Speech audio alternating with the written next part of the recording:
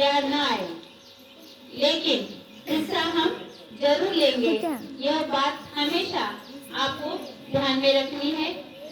बाद में देखो, आज हम हिंदी दिवस के अवसर पर ये जो सप्ताह मनाया गया है, इस सप्ताह के समापन की ओर आप लोग जा रहे हो और इसके लिए हमें प्रमुख अतिथि के रूप में बुलाया है। तो आज हम देखते हैं हिंदी का जो एक स्थान है, ये सिर्फ हमारे भारत देश तक सीमित नहीं है। तो करीबन विश्व के बहुत सारे राष्ट्रों में आज हिंदी जानी जाती है, बोली जाती है, लिखी जाती है।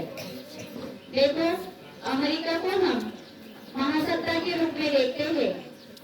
ऐसे अमेरिका में करीबन 45 विश्वविद्यालयों में हिंदी का अध्ययन किया जाता है। आज विश्व में सबसे बहुत मात्रा में जानी जाने वाली, बोली जाने वाली, पहचानी जाने वाली हिंदी यह भाषा उभर रही है। मॉरिशस जैसा जो देश है, इस देश ने हिंदी को राष्ट्रीय भाषा के रूप में चुना है।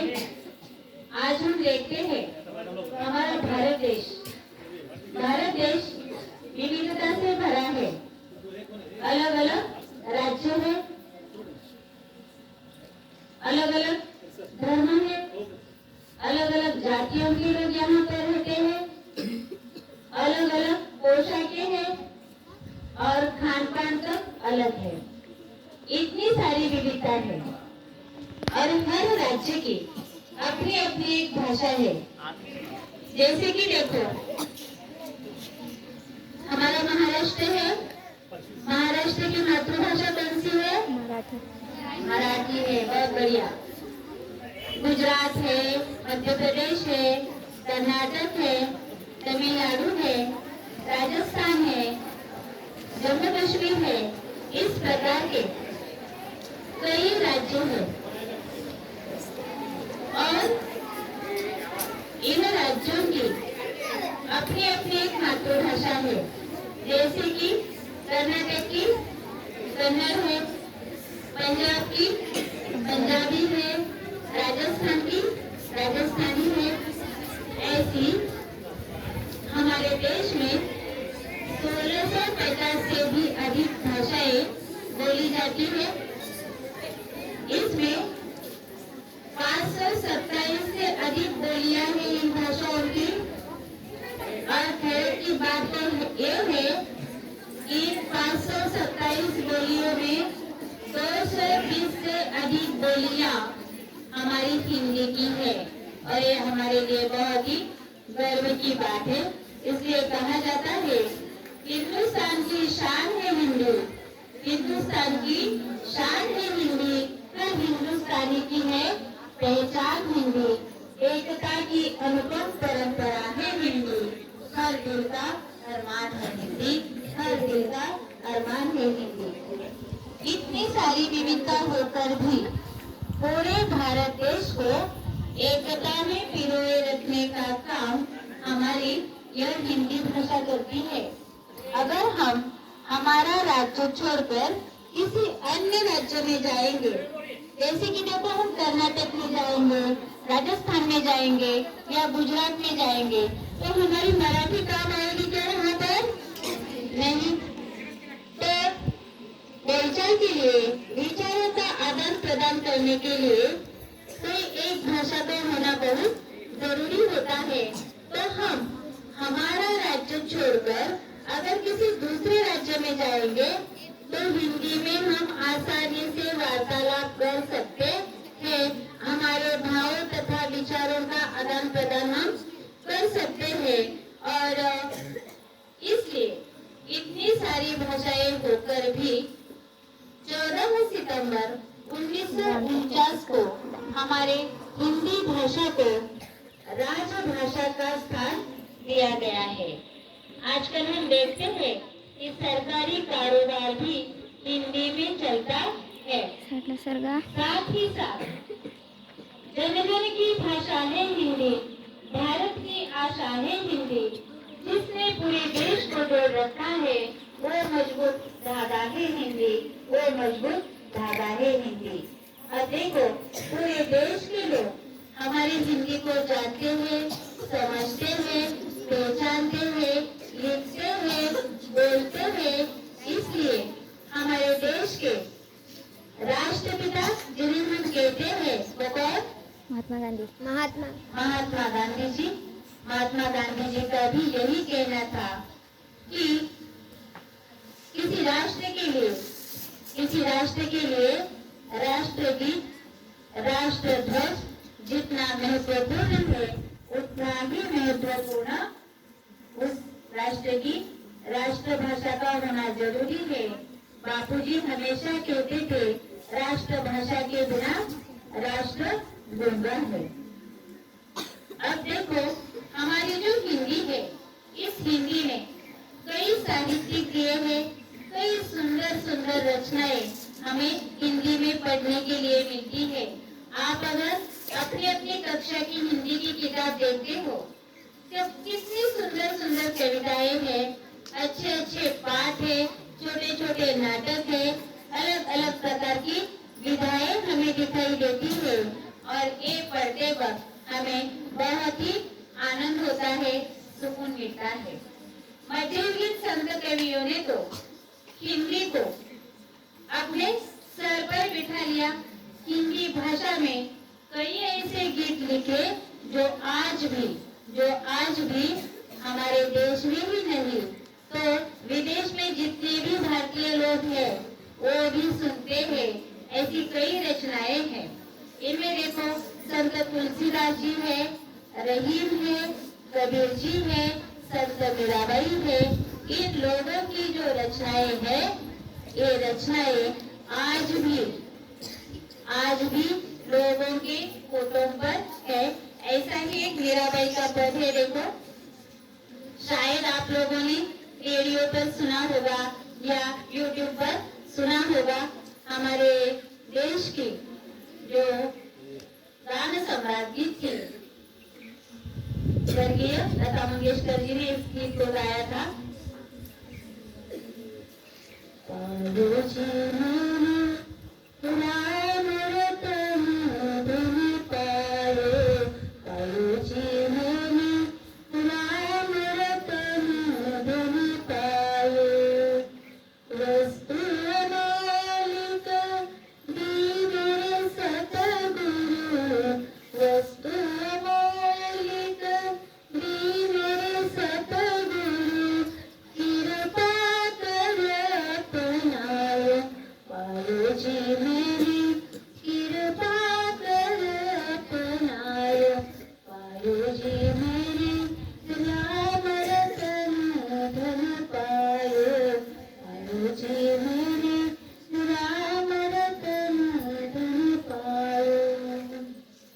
इस प्रकार की कई रचनाएं लिखी हुई है जो आज भी सुनने को मन करता है। जिन बापूजी का मैंने जिक्र किया था अभी जिन्हें हम राष्ट्रपिता के रूप में मानते हैं, बहुत सारे गीत हिंदी के हैं और ऐसा ही बापूजी की महिमा बताने वाला एक गीत है, वो भी आपने सुना है, उसे भी आप भली भांति जानते हो। जिन्होंने हमारे देश को आजादी प्राप्त करके दी, वो सत्य, अहिंसा और सत्याग्रह के आधार पर हमें उन्होंने स्वतंत्रता प्राप्त करने के लिए मजबूर किया। ऐसे ही बापूजी की महत्ता बताने वाला एक गीत है, दे दे हमें आजादी बिना खर्च बिना ढाल, साबरमती के संत तूने कर दिया कमाल। दे दी हमें आजादी बिना खर्च बिना ढाल, साबरमती के संत तूने कर दिया कमाल। आंधी में भी जलती रही गांधी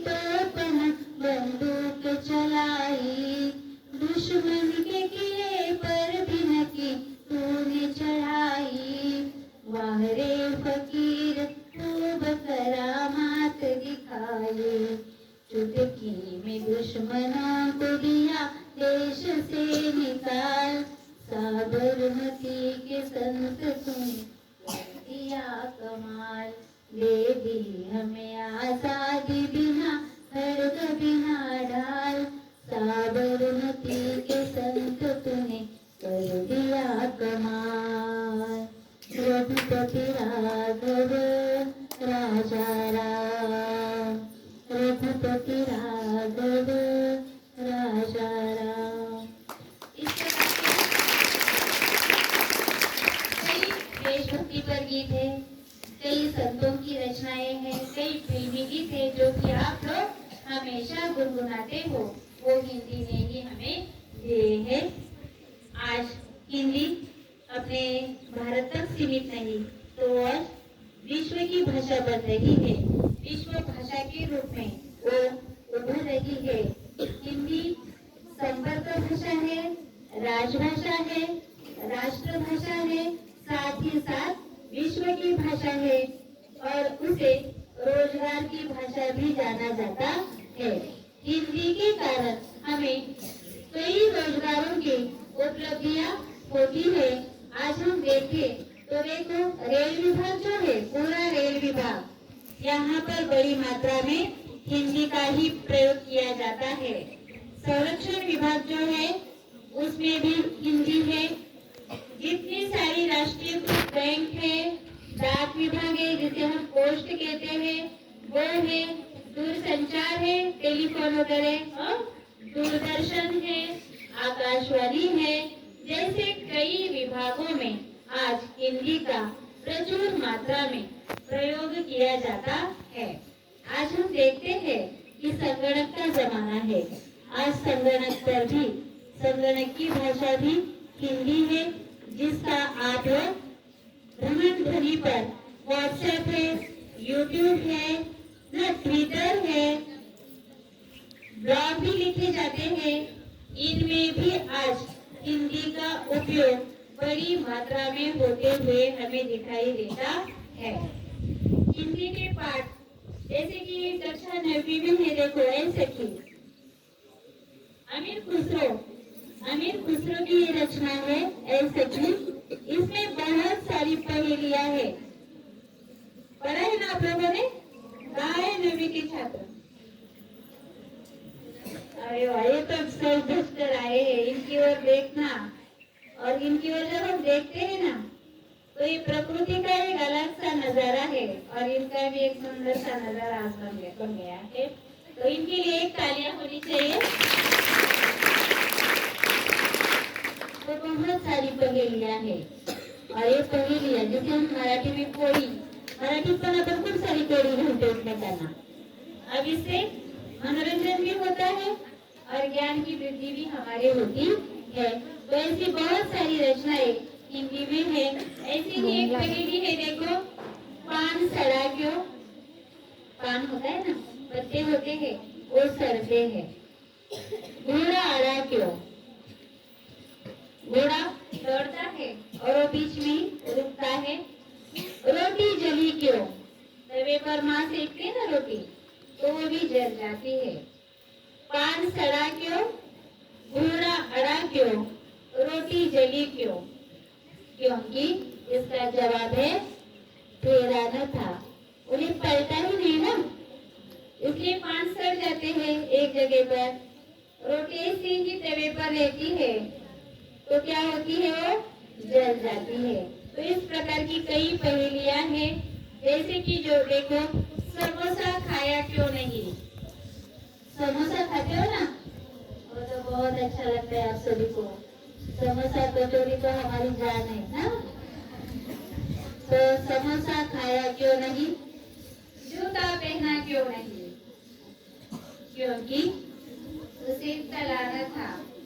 उसके नीचे जो तल होता है ना जूते के, वो नहीं होता है तो हम पहन सकते हैं क्या? नहीं। और समोसा तला ही नहीं तो वो भी खाया जा सकता है? बिल्कुल नहीं। तो इस प्रकार की कई पहेलियां हिंदी में है और इसके साथ हम मनोरंजन भी कर लेते हैं और थोड़ी सी ज्ञान की वृद्धि भी होती है।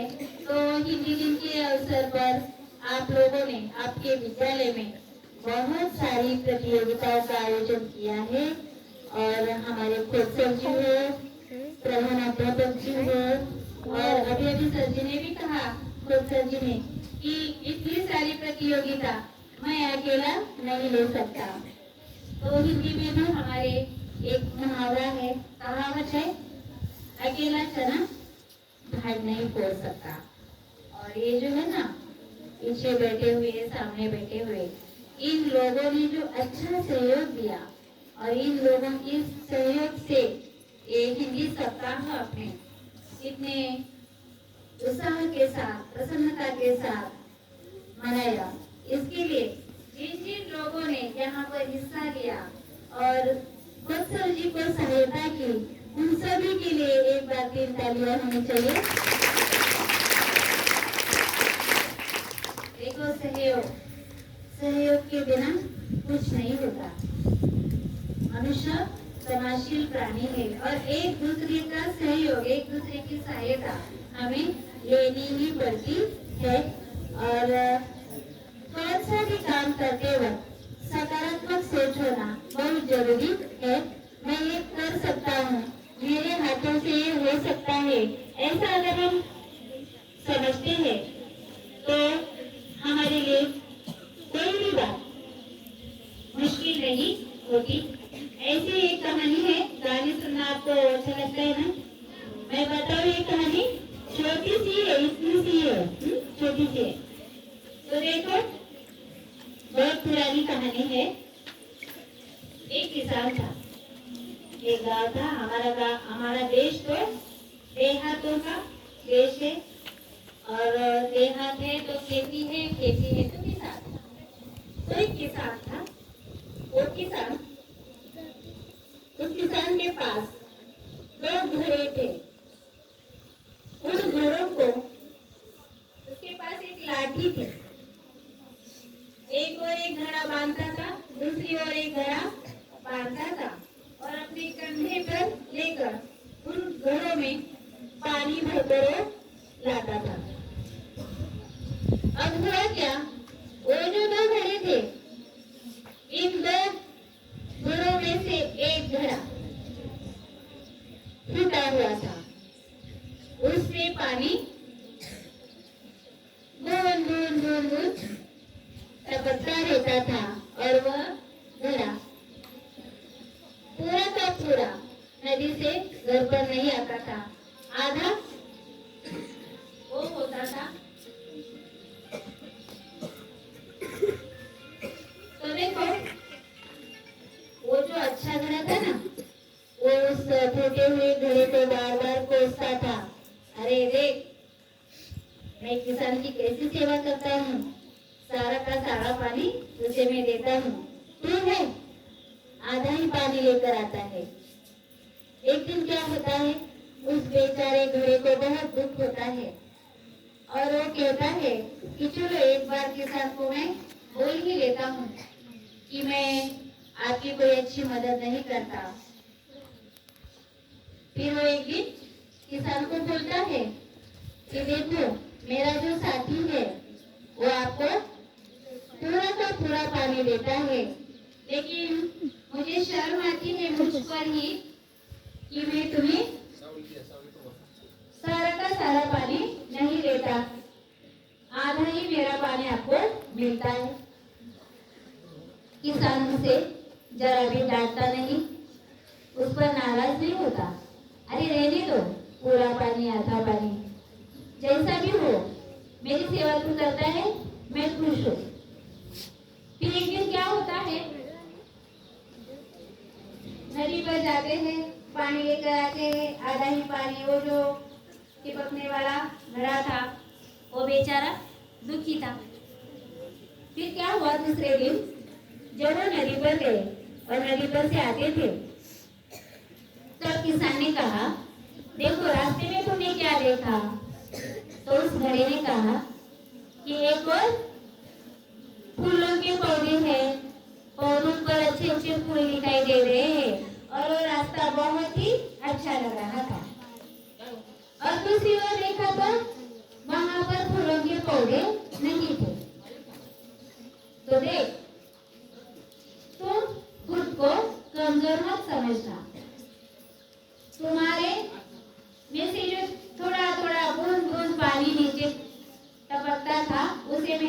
कहा था, तुम में जो कमियां थी वो मुझे पहले से ही मालूम थी। तो फिर मैंने क्या किया, इस रास्ते पर सुंदर सुंदर फूलों के बीज मैंने बो दिए थे और जाते वक्त पानी लेकर जाते वक्त बूंद बूंद बूंद बूंद पानी उसे हर रोज मिलता रहा और उन बीजों के क्या हो गए, पौधे हो गए और उन पौधों पर सुंदर सुंदर फूल लगे हुए थे। मतलब क्या, तो खुद को कमी नहीं समझना, मुझे कुछ तो कमियां है, मुझे कुछ आता ही नहीं, ऐसा नहीं समझना है। हर वक्त हमें सकारात्मक सोच होनी चाहिए। और उस किसान ने भी उसे डांटा नहीं, फटकारा नहीं, उसमें जो दोष था, उसमें जो कमियां थी, उस कमियों को जानकर उसके हाथों से जो काम होता है वो उसे दे दिया और उस घरे में भी विश्वास निर्माण करने का काम उसने किया था। तो दिन के अवसर पर बहुत सारी प्रतियोगिता आपने दी है, आप लोग शरीक हुए, सफलता पाई और ऐसा ही काम हर वर्ष करना है। हिंदी की सेवा मतलब राष्ट्र की सेवा, क्योंकि वो हमारी राष्ट्रीय भाषा है। और देखो भाषणबाजी ज्यादा मैं नहीं करूंगी, एक दो कविताएं आपको सुनाऊंगी। सुनाओ ना, कविता सुनेंगे या नहीं? कक्षा 7वीं के छात्र का है, कक्षा 7वीं, ठीक है।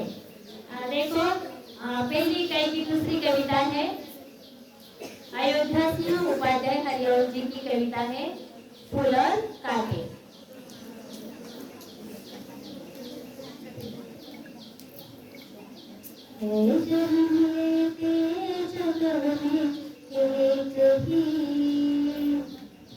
एक ही पौधा उन्हें है पालता, रात में उन पर चमकता चांद भी, एक ही सी चांदनी है डालता, मेघ उन पर है बरसता एक सा, एक सी उन पर हवाएं है वही, पर सदा ही यह दिखाता है हमें, रंग उनके एक से होते नहीं, है जन्म लेते जगह में कहीं, एक ही पौधा उन्हें पालता, रात में उन पर चमकता चांद भी, एक ही सी चांदनी है डालता। इस प्रकार आप पूरी कविता गा सकते हो। अगली एक कविता है बंदर का धंधा, नरेंद्र गोयल जी की। देखो आजकल जो वनौषधियां है, उन वनौषधियों का बहुत मात्रा में लोग उपयोग कर रहे हैं और ऐसी वनौषधियों की महत्ता बताने का काम इस कविता में किया है। फिर बंदर क्या बन गया था? डॉक्टर बन गया था और मरीज बनकर जंगल के अलग अलग प्रकार के जो प्राणी है वो प्राणी आए थे और क्या क्या इलाज किया है देखते हैं इस कविता में। बंदर का धंधा। हाथ लगा बंदर के एक दिन टूटा फूटा ला, झट बंदर ने पेड़ के नीचे तुलसी भी जल डाला, भालू आकर बोला मुझको खांसी और जुकाम, भालू आकर बोला मुझको खांसी और जुकाम, बंदर बोला तुलसी पत्ते पीपल की जड़ था, पानी में तुम इन्हें उबालो, पानी में तुम इन्हें उबालो, सुबह शाम को लेना, खांसी जब मंतर होए फीसद भी तुम देना, बिल्ली बोली मुझको आया 104 बुखार, बिल्ली बोली मुझको आया 104 पर कैसे जाऊं जल्दी से उतार। बंदर बोला रस गिलोय का 3 बार तुम पीना, कल से ही तुम डांस करोगी लीना बीना बिना। तभी लोमड़ी आकर बोली, तभी लोमड़ी आकर बोली, चिकना सुंदर मुझे बनाओ, मैं ही दिखूं सबसे सुंदर, ऐसी बूटी लाओ। बंदर बोला घी कुमार तुम दोनों समय लगाओ, चमकेगा कुंदन सा चेहरा फीस मुझे दे जाओ। चल निकला बंदर का धंधा, अब वह मौज बनाता, अच्छी अच्छी जड़ी बूटियां जंगल से बहलाता, अच्छी अच्छी जड़ी बूटियां जंगल से बहलाता।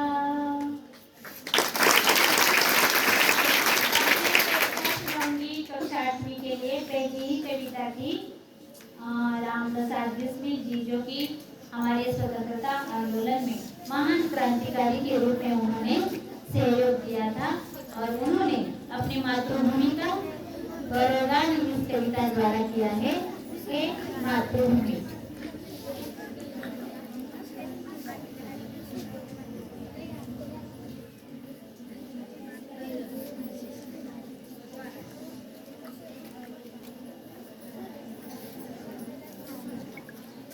हे मातृभूमि तेरे चरणों में शीश नवाऊं, मैं भक्ति देत अपनी तेरी शरण में आऊं। माथे पे तू है चंदन, छाती पे तू है माला, जिह्वा पे गीत है मेरा, तेरा ही नाम गाऊं। हे मातृभूमि तेरे शरणों में शीश नवाऊं, मैं भक्ति देत अपनी तेरी शरण में आऊं। इस प्रकार पूरी कविता आप लोग गा सकते हो। और एक अंतिम कविता है, जरा प्यार से बोलना सीख लीजिए। अगर हमारी वाणी मीठी होती है, प्यार भरी होती है, तो कोई हमारे दुश्मन नहीं होते और हर एक हमारा काम आसानी से हो जाता है। रमेश दत्त शर्मा जी की छठी कविता है, जरा प्यार से बोलना सीख लीजिए।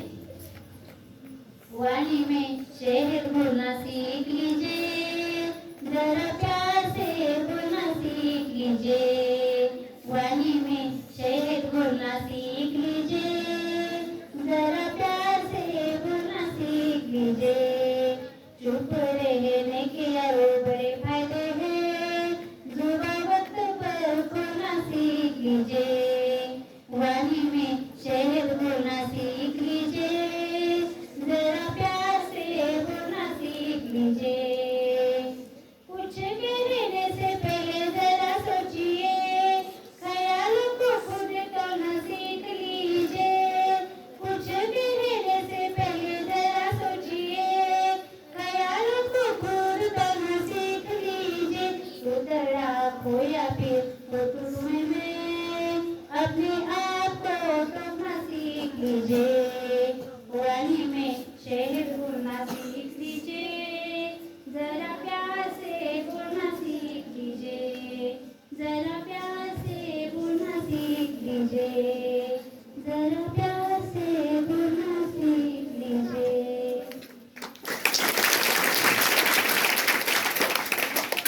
समय बढ़ता जा रहा है, आप लोग भी उसमें बैठे हो, इस बात पर मेरा ध्यान है। यहाँ पर मुख्य अतिथि के रूप में आपके विद्यालय के प्रधानाचार्य गिरडे सर जी ने और खोज सर जी ने मुझे यहाँ आकर आपकी थोड़ी सी सेवा करने का अवसर प्राप्त करके दिया। इसके लिए मैं आपकी प्रशाला का तहे दिल से आभार व्यक्त करती हूँ। और इसी प्रकार हर साल हिंदी का माहौल हिंदी दिवस की फिर से एक बार आपको ढेर सारी शुभकामनाएं। अलग अलग प्रतियोगिता में हिस्सा लेते जाओ। सफलता असफलता की बात दूर है। जाते जाते इतना ही कहूंगी कि हे हिंदी भाषा तुझे सलाम, हे हिंदी भाषा तुझे सलाम, चरणों में कोटि कोटि प्रणाम।